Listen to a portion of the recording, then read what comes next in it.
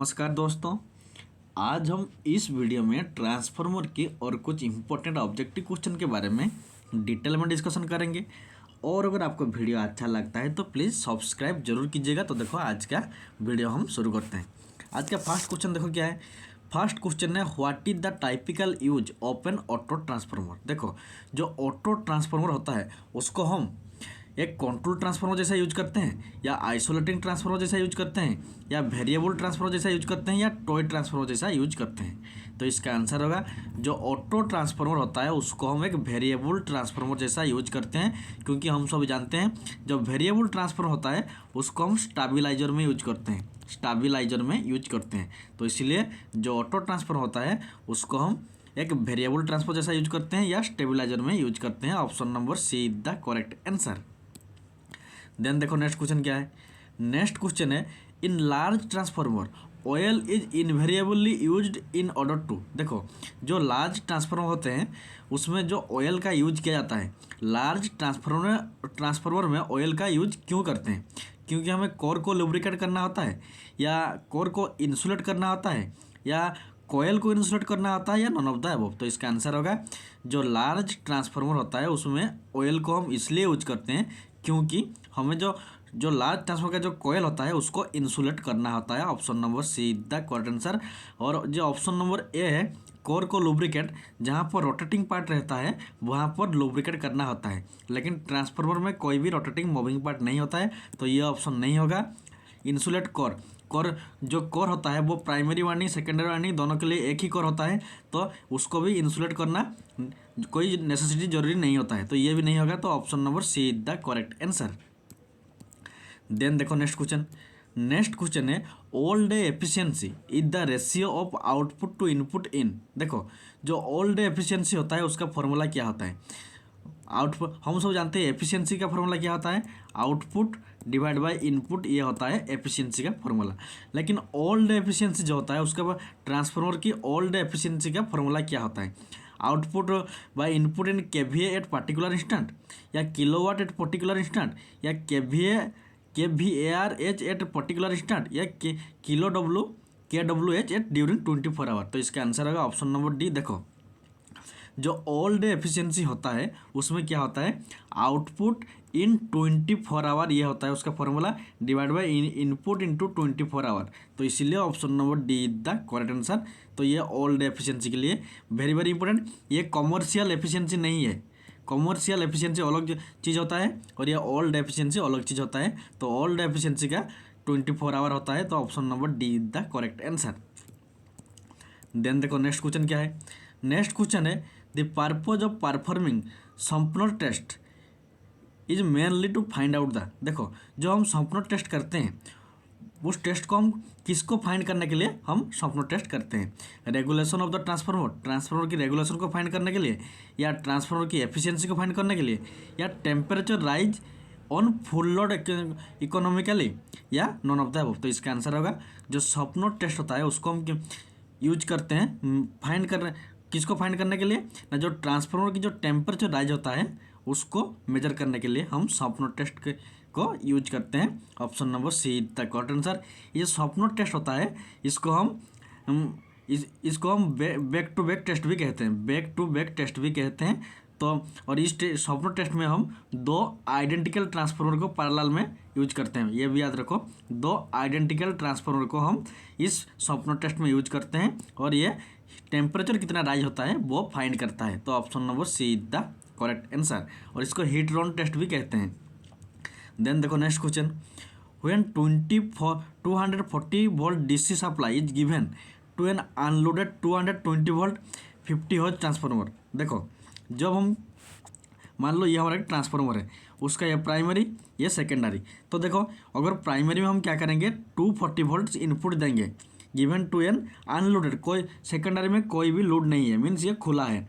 देखो अगर हम सेकेंडरी में कोई भी लोड नहीं रहेगा तो प्राइमरी में हम लिमिटेड वोल्टेज अप्लाई करते हैं, 2 से 5% फुल लोड का 2 से 5% वोल्टेज ही अप्लाई जाते हैं। अगर उसके बदले हम full volt means rated volt 240 volt देंगे तो ऑटोमेटिकली प्राइमरी वाइंडिंग क्या होगा, बर्न होगा, जलेगा, जो आग लग सकता है। तो इसलिए देखो प्राइमरी विल कैरी, नो ये नहीं, सेकेंडरी साइड ये भी नहीं, विल देखो secondary will carry very heavy current, नहीं ये wrong. Primary will carry very heavy current and may possible to burn, option number B is the correct answer. अगर हम सेकेंडरी को ओपन रखेंगे, कोई भी लोड नहीं रखेंगे, लोड कनेक्ट नहीं करेंगे, उसके बाद भी अगर हम प्राइमरी में 240 वोल्ट अप्लाई करते हैं तो अब क्या होगा, प्राइमरी में हैवी करंट होगा प्राइमरी वाइंडिंग में, उसके साथ ये मे बी बर्न मीन्स ये जल सकता है, आग लग सकता है। तो option number B is the correct answer. Then देखो नेक्स्ट क्वेश्चन क्या है। नेक्स्ट क्वेश्चन है Scott connection are use to convert. देखो हम स्कॉट कनेक्शन को क्यों यूज करते हैं, 3 phase supply to DC supply, 3 phase supply to 3 phase supply, 3 phase supply to 2 phase supply, 3 phase supply to single phase supply. तो इसका answer होगा जो स्कॉट कनेक्शन होता है उसको हम 3 फेज सप्लाई को 2 फेज में कन्वर्ट करने के लिए या 2 फेज सप्लाई को 3 फेज में कन्वर्ट करने के लिए हम स्कॉट कनेक्शन का यूज करते हैं। और ये स्कॉट कनेक्शन होता है यहाँ पर भी 2 ट्रांसफार्मर का यूज किया जाता है, एक होता है मेन ट्रांसफार्मर, दूसरा होता है टीजर ट्रांसफार्मर, ये भी याद रखना, एक होता है मेन ट्रांसफार्मर, दूसरा होता है टीजर ट्रांसफार्मर। तो ऑप्शन नंबर 3 पेज option number C is the correct answer. Then देखो नेक्स्ट क्वेश्चन है in a transformer maximum voltage regulation occurs when the power factor of the load is. देखो एक ट्रांसफार्मर में मैक्सिमम वोल्टेज रेगुलेशन कब होगा, जब उसका लोड 0.4 होगा, या लैगिंग कंडीशन में होगा, या लीडिंग में होगा, या यूनिटी होगा। देखो मैक्सिमम मीन्स ये लैगिंग पावर फैक्टर के टाइम में होता है, option number B is the correct answer. देखो ये जो वोल्टेज रेगुलेशन का फॉर्मूला क्या होता है, percentage of resistance into cos theta plus minus percentage of reactance into sine theta, इसका फॉर्मूला होता है। और ये प्लस कब होता है, जब लैगिंग होता है तो प्लस यूज किया जाता है, और जब लीडिंग लोड होता है, लीडिंग पावर फैक्टर लोड होता है तब माइनस का यूज किया जाता है। तो मैक्सिमम कब होगा, जब पॉजिटिव रहेगा, दोनों जब ऐड होंगे तब वो पॉजिटिव होगा। तो पॉजिटिव कौन सा कंडीशन में होता है, जब लैगिंग पावर फैक्टर होता है। तो इसलिए लैगिंग पावर फैक्टर कंडीशन में ट्रांसफार्मर की वोल्टेज रेगुलेशन मैक्सिमम होता है, option number B is the correct answer. Then देखो next question, in a transformer minimum voltage regulation occurs when the power factor of the load is. Minimum means कितना, 0 होगा, 0 तो minimum होता है। तो देखो कब होगा, देखो 0 नेगेटिव पॉजिटिव ये सब कहाँ पर होता है, मिनिमम मीन्स ये लीडिंग पावर फैक्टर में होता है। Very very important, minimum voltage regulation के लिए लीडिंग पावर फैक्टर होना चाहिए और मैक्सिमम वोल्टेज रेगुलेशन के लिए लैगिंग पावर फैक्टर होता है। तो ये क्वेश्चन का answer option number A is the correct answer. Then देखो नेक्स्ट क्वेश्चन क्या है।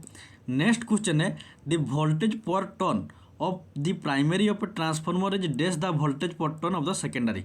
देखो मान लो ये हमारा एक ट्रांसफार्मर है, ये इसका मान लो प्राइमरी में 2 ही टर्न है, दोनों n इक्वल टू 2 टर्न है, सेकेंडरी में 3 टर्न है, n कितना है 3 टर्न है। तो देखो ये 2 टर्न में अगर 10 वोल्ट होगा तो 3 टर्न में कितना होगा 15 वोल्ट होगा। क्यों होता है, क्योंकि पर टर्न एक टर्न में कितना होता है 5 वोल्ट होता है, 2 टर्न में 10 वोल्ट होता है। ये तो 3 है, तो क्वेश्चन में क्या है पर टर्न, एवरी टर्न एक टर्न में कितना होता है, इधर भी 5 रहता है, इधर भी 5 रहता है।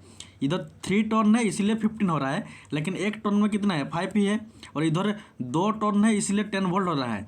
अगर एक ही टर्न होगा तो 5 वोल्ट ही होगा। इसीलिए चाहे प्राइमरी वाइंडिंग हो या लो वोल्टेज वाइंडिंग हो या हाई वोल्टेज वाइंडिंग हो, पर टर्न सभी एक टर्न में लो वोल्टेज साइड में जितना वोल्टेज होता है सेकेंडरी वाइंडिंग में भी उतना ही वोल्टेज होता है। तो इसीलिए ऑप्शन नंबर सी सेम होगा, voltage per turn in the primary winding में जितना होता है voltage per turn secondary winding में भी उतना ही होता है। Option number C is the correct answer. Then देखो नेक्स्ट क्वेश्चन है the type of load for which the voltage regulation of transformer is negative. देखो मैंने अभी डिस्कशन किया था लास्ट क्वेश्चन, नेगेटिव कब होता है, जब लीडिंग होता है, पावर फैक्टर जब लीडिंग पावर फैक्टर होता है तब लैगिंग होता है, नेगेटिव होता है। तो लीडिंग कब होता है, जब कैपेसिटिव लोड का यूज किया जाता है। हम सब जानते हैं capacitive load power factor leading के लिए यूज किया जाता है और inductive load lagging power factor के लिए यूज किया जाता है। तो नेगेटिव वोल्टेज रेगुलेशन है मीन्स लीडिंग पावर फैक्टर, और लीडिंग पावर फैक्टर के लिए हम कैपेसिटर का यूज करते हैं। तो option number A is the correct answer. Then देखो next question, while performing a short circuit test on a transformer usually low voltage side is short circuited because it has. देखो जब हम transformer की short circuit test करते हैं, पहले देखो short circuit test हम क्यों करते हैं, क्योंकि कॉपर लॉस को फाइंड करने के लिए। तो जब कॉपर लॉस को फाइंड करने के लिए हम शॉर्ट सर्किट टेस्ट करते हैं तो हम हमेशा लो वोल्टेज साइड को ही शॉर्ट सर्किट करते हैं। क्यों करते हैं, क्योंकि जो लो वोल्टेज साइड होता है उसमें वोल्टेज कम रहता है, लोअर टर्मिनल वोल्टेज रहता है, उसके साथ साथ हायर करंट रहता है। हम सभी जानते हैं जो ट्रांसफार्मर होता है, ट्रांसफार्मर होता है, जिस वाइंडिंग में वोल्टेज ज़्यादा रहता है उस वाइंडिंग में करंट का वैल्यू कम रहता है, और जिस वाइंडिंग में वोल्टेज का वैल्यू कम रहता है उस वाइंडिंग में करंट का वैल्यू ज़्यादा रहता है। तो देखो अगर हम शॉर्ट सर्किट करते हैं लो वोल्टेज साइड को तो वोल्टेज कम रहेगा लेकिन करंट ज़्यादा रहेगा, हायर करंट रेटिंग। तो option number C is the correct answer. Then देखो नेक्स्ट क्वेश्चन, जो नेक्स्ट क्वेश्चन है देखो, delta delta power transformer are protected by current transformer having, very very important. देखो जो हमारा 3 फेज ट्रांसफार्मर होता है उसका डेल्टा डेल्टा मीन्स क्या है, उसका प्राइमरी वाइंडिंग भी डेल्टा कनेक्शन और सेकेंडरी वाइंडिंग भी डेल्टा कनेक्शन।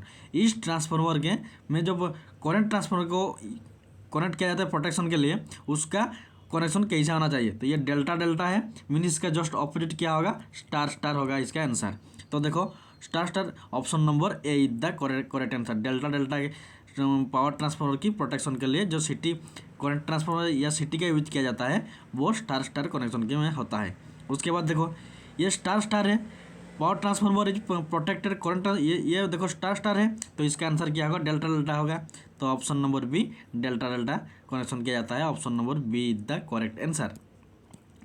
देन देखो नेक्स्ट क्वेश्चन है, in a transformer on no load the input voltage is. देखो ये होता है, ये फिगर देखो, ये होता है प्राइमरी वोल्टेज, ये होता है सेकेंडरी वोल्टेज, ये होता है no load current, I0 no load current. तो देखो इन ट्रांसफार्मर और नो लोड कंडीशन में द इनपुट वोल्टेज, ये V1 जो इनपुट वोल्टेज होता है ये हमारा नो लोड करंट के साथ क्या होता है, 90 डिग्री लीड करता है, ये वोल्टेज है ये करंट है।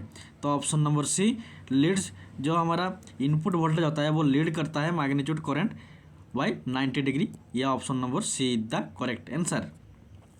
The next question, the value of useful flux list depend on. देखो जो यूजफुल फ्लक्स होता है, देखो जो हमारा नो लोड करंट होता है वो 2 टाइप होता है, एक होता है IW जिसको हम कहते हैं वाटफुल कंपोनेंट या यूजफुल कंपोनेंट, दूसरा होता है IM जिसको कहते हैं मैग्नेटाइज कंपोनेंट या यूजलेस कंपोनेंट। तो यहाँ पर देखो जो यूजफुल कंपोनेंट करंट होता है उसी से यूजफुल फ्लक्स आता है। तो ये जो यूजफुल फ्लक्स होता है ये जो यूजफुल कंपोनेंट है या यूजफुल करंट है वाटफुल कंपोनेंट, इससे क्या होता है हमारा आयरन लॉस और copper loss, sorry iron loss means eddy current loss और हिस्टेरिस लॉस, ये दोनों लॉस हमारा ये वाटफुल कंपोनेंट से आते हैं।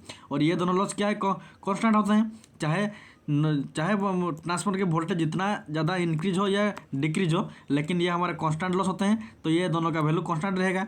तो इसीलिए जो हमारा लोड होता है, लोड के साथ ये फ्लक्स, लोड चाहे कैपेसिटिव लोड हो या इंडक्टिव लोड हो या जीरो यूनिटी पावर फैक्टर जो भी लोड हो, क्योंकि ये हमारा कांस्टेंट ही रहेगा, क्योंकि हमारा ये जो वाटफुल कंपोनेंट होता है ये कांस्टेंट रहता है, क्योंकि ईडी करंट लॉस और हिस्टेरिस लॉस भी ये कांस्टेंट लॉस होते हैं। तो option number A is the correct answer. Then देखो next question, in which of the following transformer part of transformer winding also serve as the secondary winding. देखो एक है पोटेंशियल ट्रांसफार्मर जिसको शॉर्ट में कहते हैं PT, दूसरा है ऑटो ट्रांसफार्मर, तीसरा है स्टेप अप ट्रांसफार्मर, चौथा है सिटी करंट ट्रांसफार्मर। इनमें से कौन सा ट्रांसफार्मर में प्राइमरी वाइंडिंग सेकेंडरी वाइंडिंग जैसा काम करता है, तो इसका आंसर होगा ऑटो ट्रांसफार्मर। देखो ये उसका प्राइमरी वाइंडिंग, बीच में हम स्टेपिंग करते हैं, यह होता है सेकेंडरी वाइंडिंग।